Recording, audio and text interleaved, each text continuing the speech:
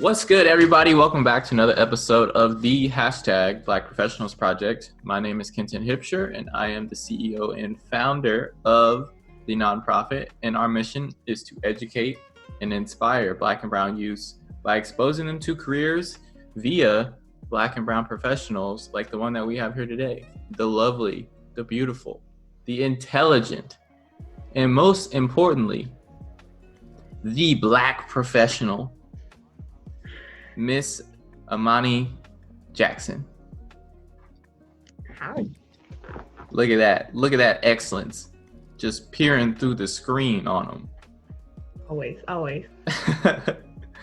So thank you, Amani, for coming on. We really appreciate you joining the platform and sharing your story. It's really important that we're able to not only share your story, but try to capture the story of as many professionals as possible. So if you guys are out there watching right now and you're interested in sharing your story, or you are interested in a specific career, let us know in the comments. Comment interested in all caps, or let us know what career you want us to focus on. So to get started here, Miss Amani, would you please tell the people what your profession is and what industry you work in? Well, thank you for having me on. First and foremost, I really think this is a great project and it's going to be something that's helpful, and I wish I had it when I was coming up. I am a certified athletic trainer, and I'm also a strength coach. I work in the collegiate setting and collegiate athletics, providing healthcare pretty much all around, whether that's camps, whether that's at my university. But yeah, working in the healthcare industry. Dope. So not only is she an athletic trainer, she's also a strength coach, which is a part of athletic training, but can be separate if you want to. But in addition to that, she's also the flyest athletic trainer out there. Don't even front on them. Go ahead and shine, young queen. Hey, sideline swag is always the best. You can definitely peep her on her Instagram. Go ahead and throw them the @ What's your Instagram handle? My Instagram handle is @AT_Amani, AMANI, Jax, JAXX. There it is. And you can check her out and all of her pre-game, during the game, and post-game fits, because they are fire. She's out here with the orange blazer. She got the hair all natural. She's looking great. She's out here saving ankles. Ankles, ACLs, all of that. Orange blazer was a great purchase, and I don't regret that whatsoever. It was. Orange is my favorite color, so I'm happy that you bought the blazer. Same. And she got the orange walls. She got the orange chair right there. Y'all know what it is. Hey, orange is the best color. See, this is why we're friends. This is why we bond. Absolutely. So a little backstory about Amani before we get into her career fully is me and her met in college. She went to Indiana State. I went to Rose-Hulman, which is near Indiana State, and she was my athletic trainer, and she's been many other athletes' athletic trainers as far as that's concerned. And we just became friends through that process, because really athletic training is more than just transactional, as you may experience sort of in a doctor's office. It's more relationship based, because you have to really take the athlete from preseason all the way through postseason. So you have your hands on the athlete that entire time. So me and her really got close, and now we're really good friends, and I'm happy that I could put her on our platform. Again, I'm really excited to be here. So let's get it started. Please inform everybody of your ethnicity, or how you would describe it. I would describe myself, I'm a Black woman, African American. Both of my parents are fully Black, African American, and that's all I know. Gotcha. And then where are you originally from? What's your hometown? Shout out your city. Shout out to my city. People always give me crap because I say I'm from Chicago, but I'm from Flossmoor, Illinois. It's about 25 minutes south of Chicago. Born in Chicago, but raised in Flossmoor, and really consider that to be my hometown and where I rep. I always rep the 708.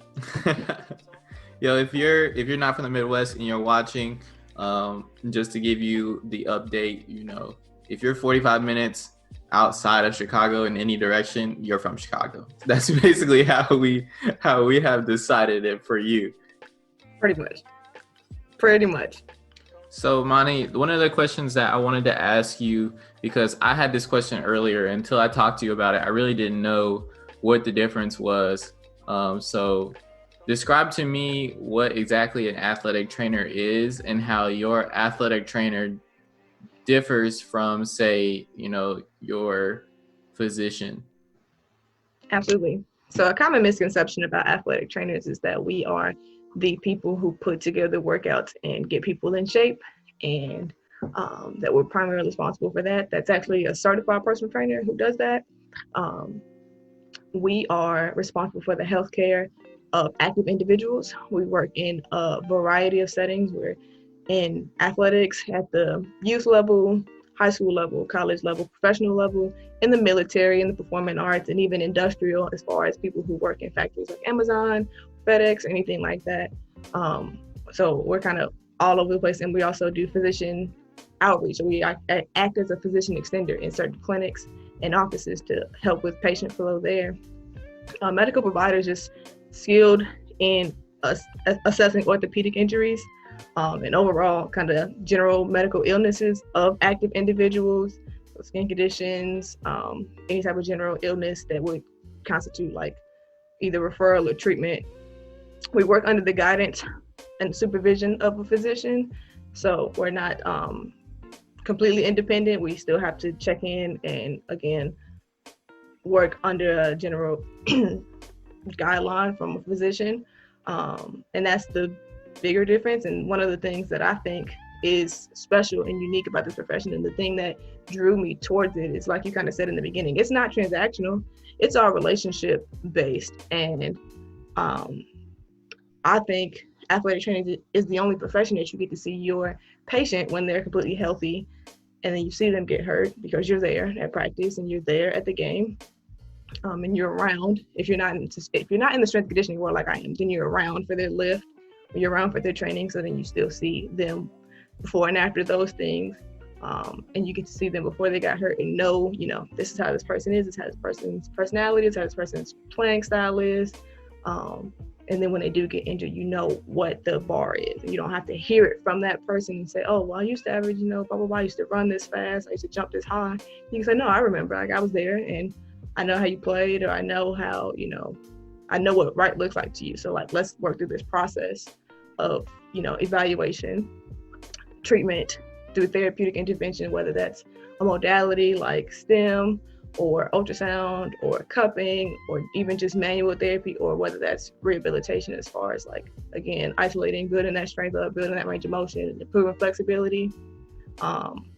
Those are our major things, and then those return to play actions. So things as far as like getting you back into practice and seeing what that progression looks like, because you can never really go from zero after you've been hurt and then just say, oh, we're going to go back to practice. You're cleared and you just get to go back to practice. We work in that middle area to make sure that you can run like you normally run, can cut, can change direction safely, and you minimize your risk of re-injury or an injury to a different location. So I think that that's really specific to what athletic trainers do versus physicians, seeing you after you've gotten injured, or they see you for your physical that one time, and then they might not see you again until you get hurt. They might not see you again until they're referring you for imaging or referring you for surgery.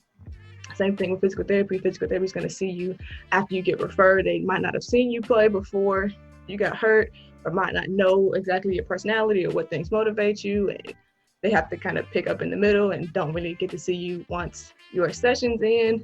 But again, athletic trainers are going to see you the day you get your physical, every day in practice, the day you get hurt in the game, right after the game. They're going to be there counseling you, being by your side. I can't count how many times that I've had like just heart-to-heart conversations, just helping a person walk through their injury and the identity crisis that comes with being injured, and just the struggle that you have mentally and emotionally when dealing with athletics.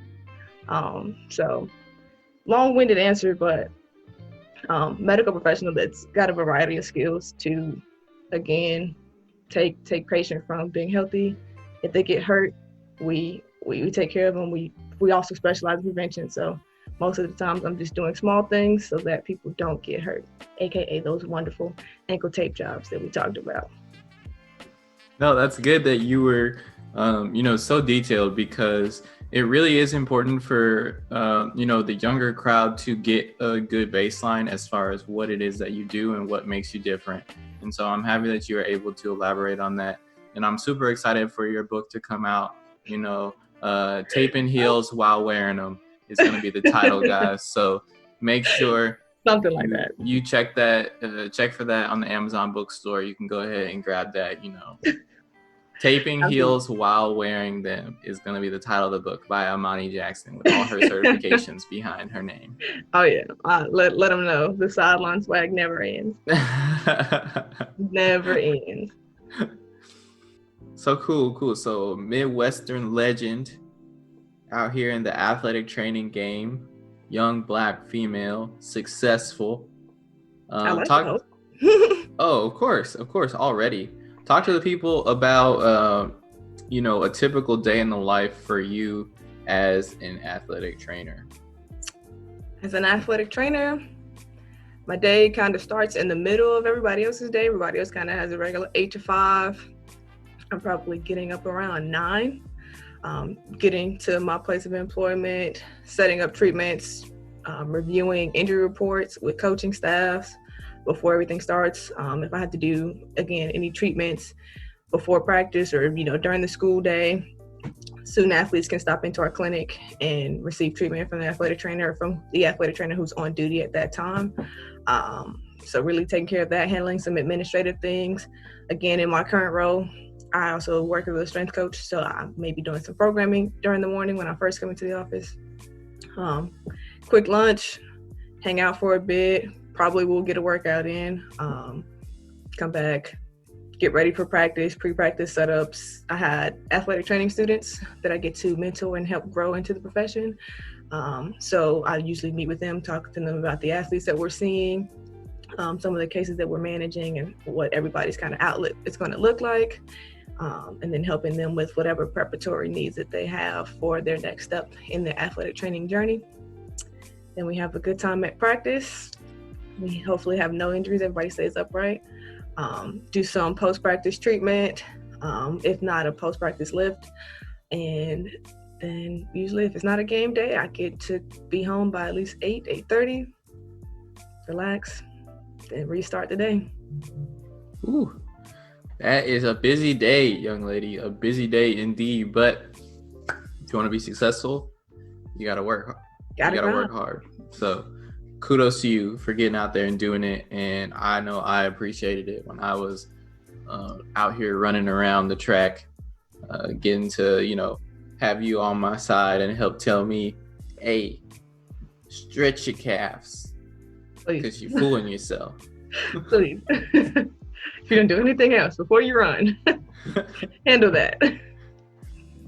But for real, so, having a busy typical day in the life for you is something that I would say a lot of professionals have, just because they get a lot of responsibility, right? And that comes with success. As you become more successful, you get more responsibilities, and there are often obstacles that you have to face. So what are a couple obstacles that you face in your career up to this point? I can talk about a specific time kind of coming up and not seeing any representation. One of the athletic trainers who got me into athletic training and who introduced the profession to me and kind of showed me the ropes was Black. And so I was grateful to have him when I was in high school. But throughout my entire college career, I didn't have a Black athletic training teacher, instructor, nor did I have a Black clinical preceptor. Like I said, I do what I do with my students as far as like being in the clinic and showing them how to go through and apply the things that they learned in class. I didn't have anyone who looked like me. And for a long period of time, I didn't have like anybody that was the same color as me, like not even a Black person, not very many persons of color that were in my education. So it was really difficult for me at times to just kind of see myself and see the future in it. even though I've known this is my passion since I was 17 years old, um, it was still difficult to kind of keep the faith when you're like going through and you're struggling through classes and you are struggling to apply things clinically, or you're just going out and again you're one of one. That's something that I had to overcome. I had to grow comfortable with, um, and understanding that I am going to be the person that I didn't see. So that's one of the biggest obstacles I had to overcome, was just not seeing myself. That's one that a lot of other professionals have also mimicked, is, representation. And it's really key. And that's why we do what we do here at the #Black Professionals Project, is because representation and awareness are two things that are really important for our community, and something that I feel like personally we are lacking. And so I'm happy to have people like you on, who can be the face for a young Black boy or young Black girl, or brown girl or brown boy, and be able to show them, like, there are people out here who are doing this that look just like me. Their stories sound just like mine. And it's possible for me to do something like this. And then even more importantly than, seeing somebody in that area that looks like you or sounds like you, it's also just being aware that that exists.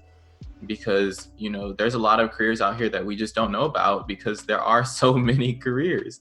And so, especially growing up in urban neighborhoods or more predominantly Black or brown neighborhoods, you see very little diversity in terms of career paths. You're not walking by doctors and lawyers and CEOs or directors of companies. You're just not doing that in that area.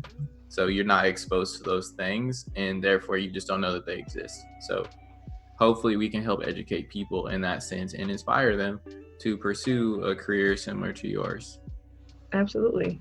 I mean, it's a blessing. It's a blessing to be still in athletics. Like coming up again in those urban areas, you kind of have this idea of, oh, my only way to get out is to play sport and to, go pro, and that's the only way I'm going to make millions. But thankfully, I had a lot of wise people in my life that told me to use the game and not let the game use you.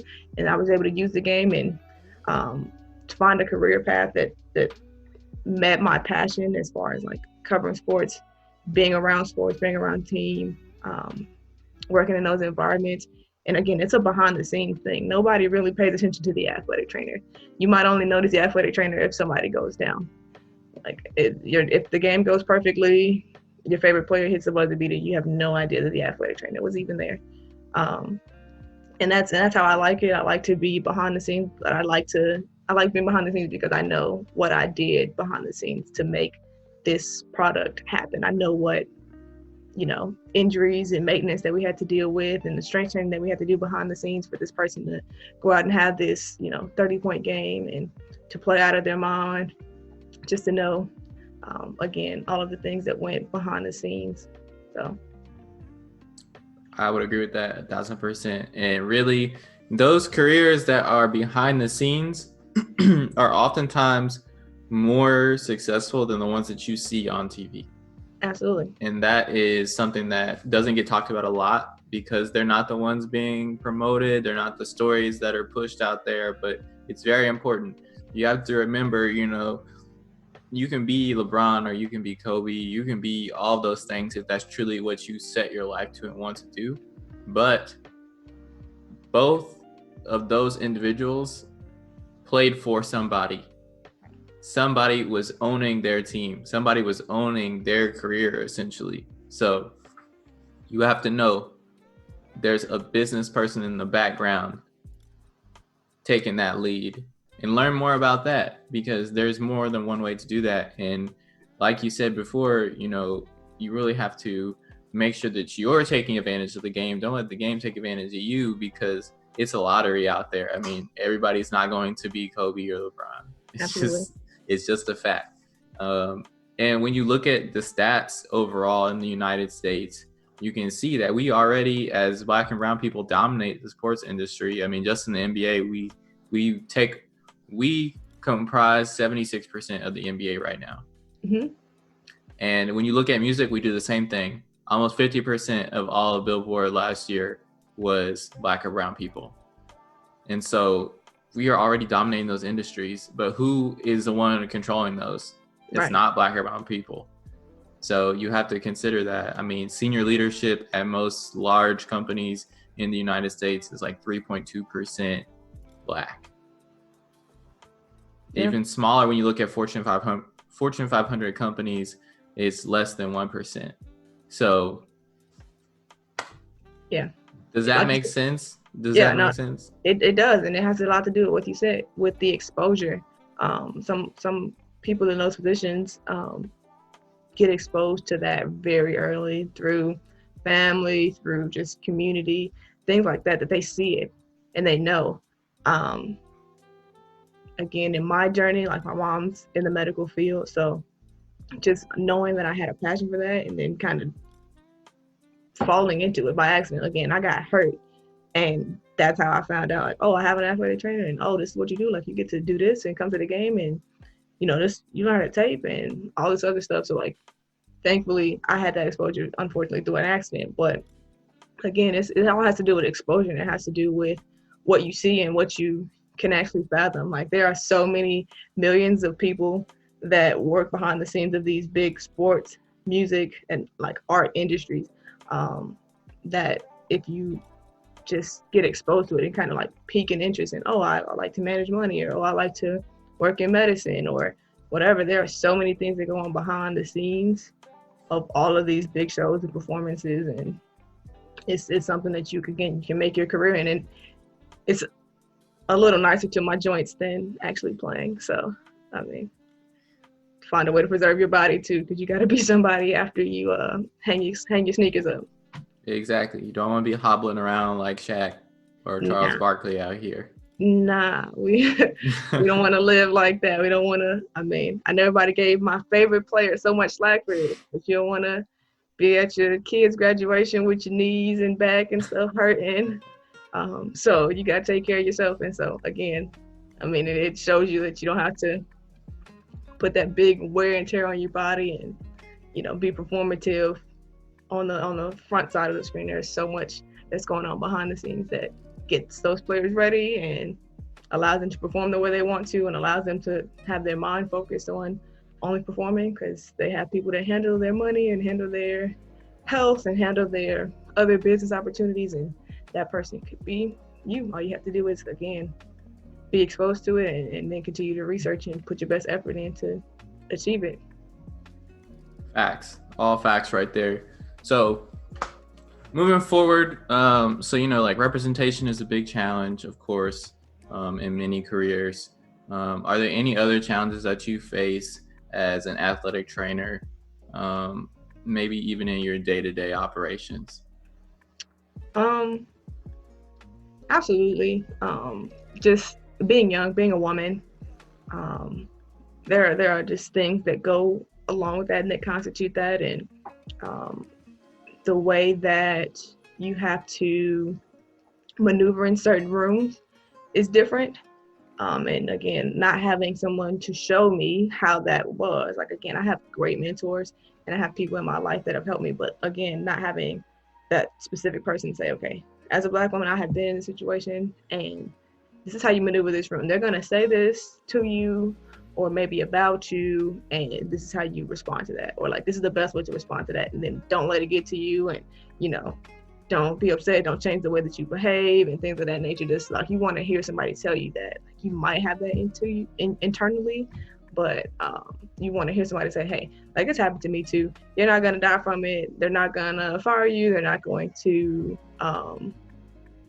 dock your pay or whatever if you don't feel like smiling today, if you don't feel like you want to be the bubbly personality, like, take some time to be yourself. And like, again, like, having that person to show you how those rooms operate, it's the biggest thing. Yeah. I've heard that echoed so many times from a lot of the female professionals on here, and it's not something that I specifically can empathize with, right? Because I'm a man, so I don't have to experience these these issues, but it is very important for you in the audience as young boys or young men to understand the situation of what's going on, especially from a female's perspective, and then counteract that in your future workplace or in the workplace that you currently have, so that you can be proactive to help women have the respect that they ultimately deserve.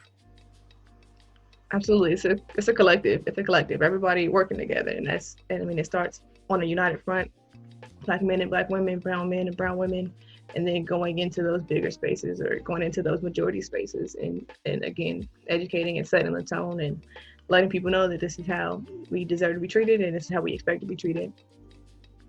So, it sounds like you have a lot of fun doing your job and you really enjoy what it is that you do. And I'm sure that you really do have to enjoy what you do. This is not a profession where you can just kind of go in there and then do it to get a check.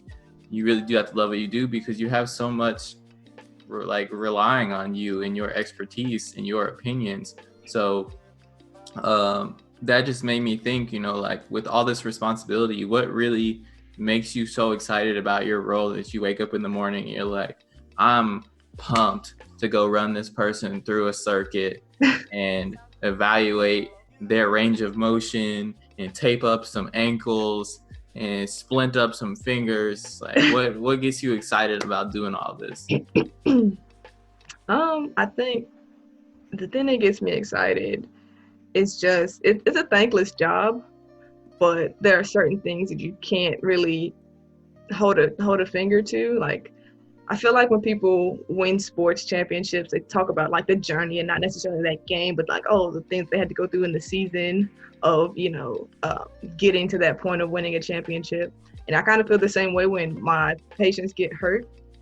So it's kind of like you go through that journey, you struggle every day, but in a week or maybe an 8 to 9 month thing because it's an ACL, but you get to say, wow, like we went from this and now we're here and this person's finally back, and getting to take part in somebody else's journey and help them grow and develop. And again, in the collegiate setting, you have young adults who are still developing their lives and developing how they're going to interact when they get into the real world and when they get into their workplace and their industries, and them taking like little parts of interactions that I have and taking it into what they do in their career is rewarding, especially with the athletic training students. Like, I have an athletic training student who I don't like the word fine. All of my student athletes and student athletic trainers know that I hate the word fine. And so I feel like it means feelings I'm not expressing. It means that like you're blowing me off. Like if I ask you how your day is going, you just say fine. It's like, no.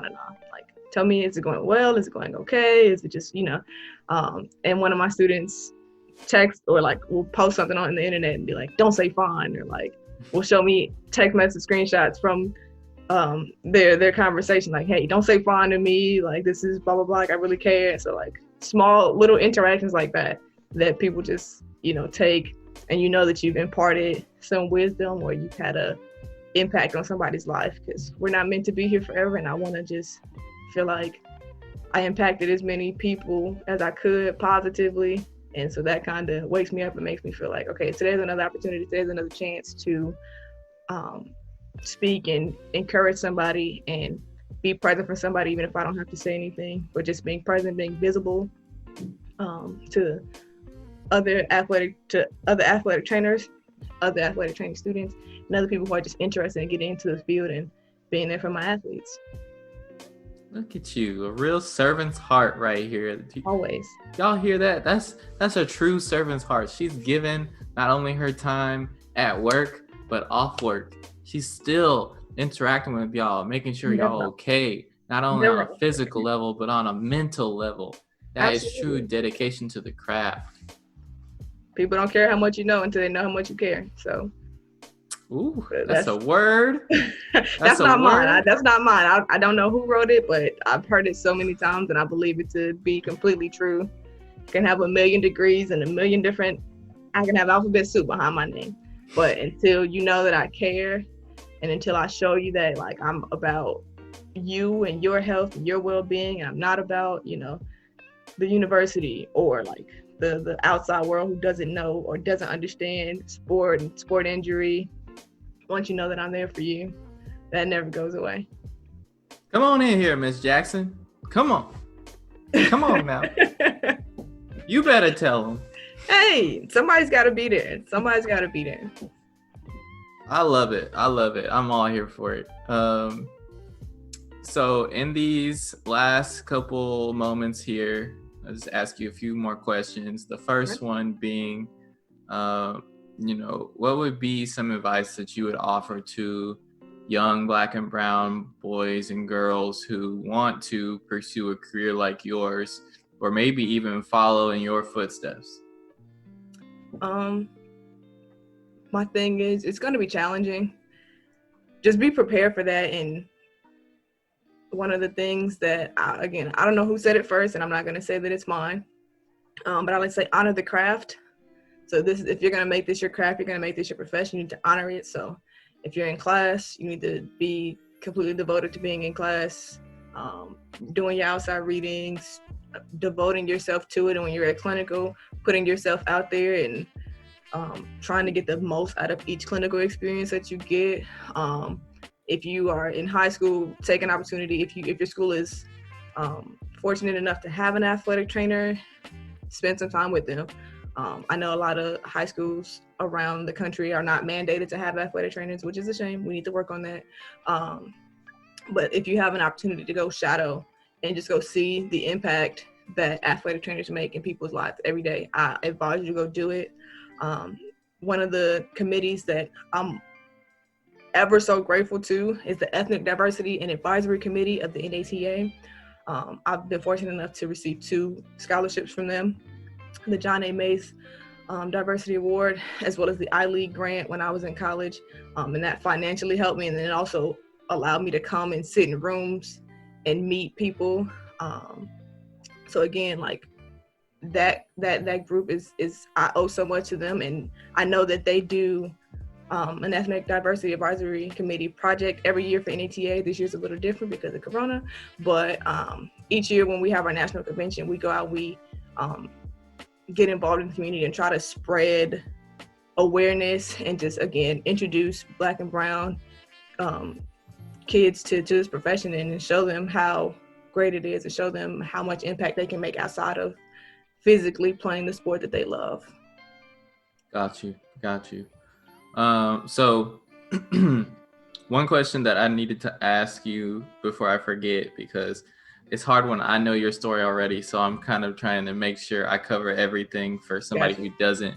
But how did you get started in athletic training? Can you just share with everybody, what kind of got you even exposed to this? You mentioned this a little bit earlier, with you getting hurt and then kind of stumbling into athletic training. But tell the people, what your education has been like, what your academic track has been like to get you to where you are today.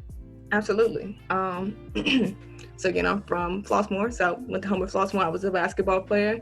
Spent more time on the floor than I did standing up. So I ended, back in the day, back when my ankles and things were good. But got injured, couldn't play summer basketball, but there happened to be a summer athletic training camp, and I needed something to do, so I wasn't in the house all day and kind of moping about my hand.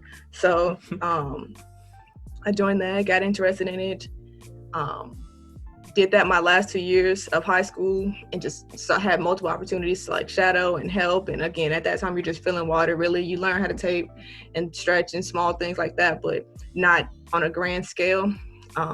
Then I took that wonderful journey down to Terre Haute.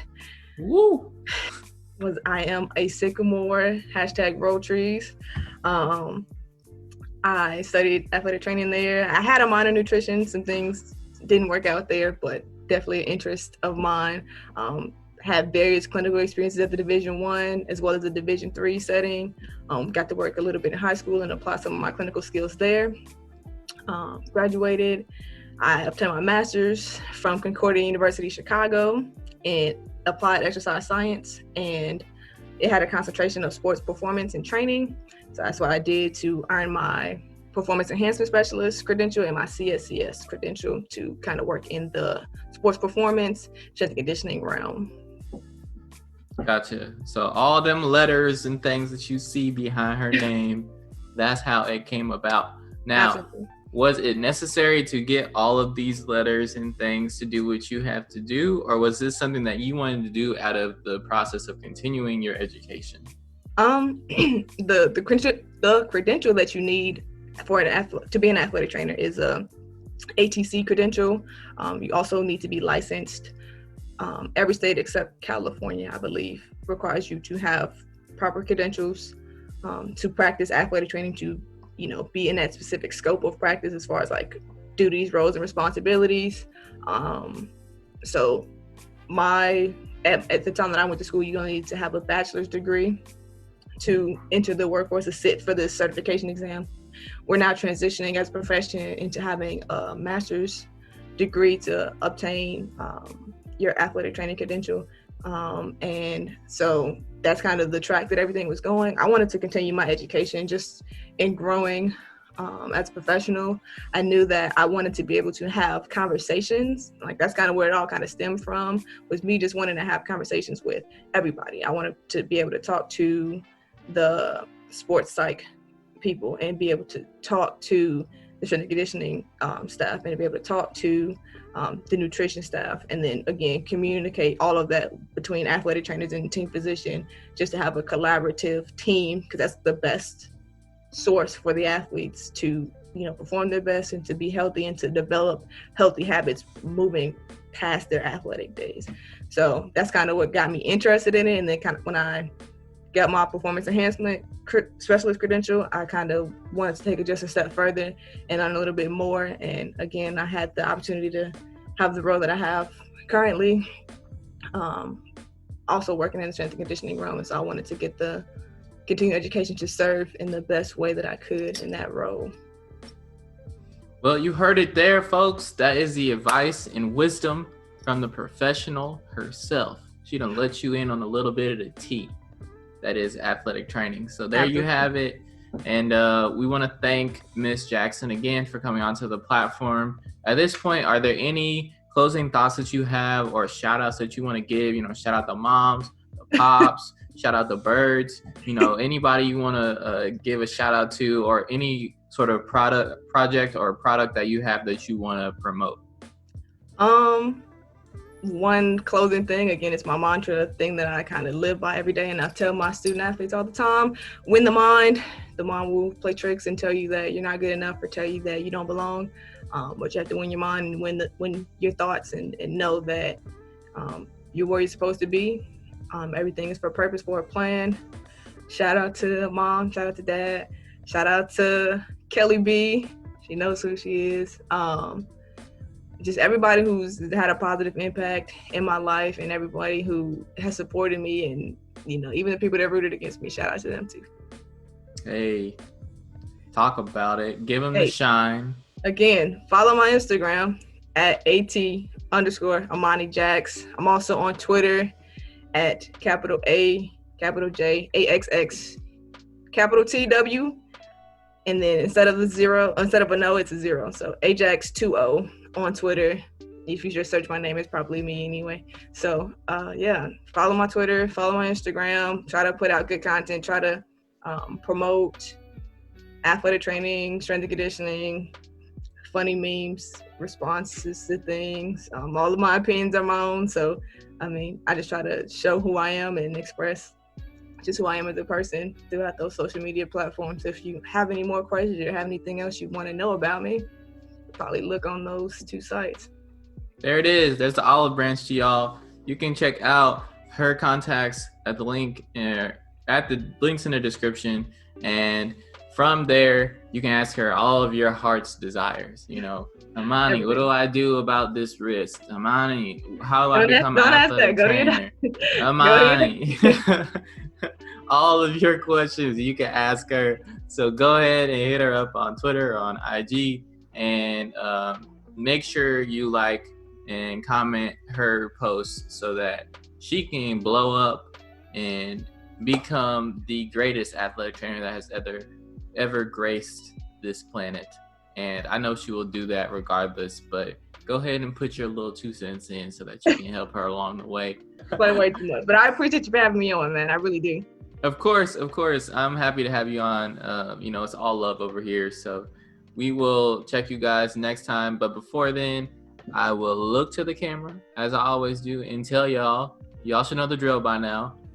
Like, comment, subscribe to the channel so that's right, you never miss another episode of the Black Professionals Project, so you can get all these careers and get all this knowledge so that you can become aware and hear stories that look like yours, and make sure that you, as a follower, become a friend, join our community. You can check out all of our contacts below, and please like us, give us them follows, share it with your friends, call your mama and tell her that this is happening so that she can call her friends, because we're trying to share these stories with the entire world. And thank you guys for coming on. We appreciate you. This has been another great episode of the Black Professionals Project. We are out.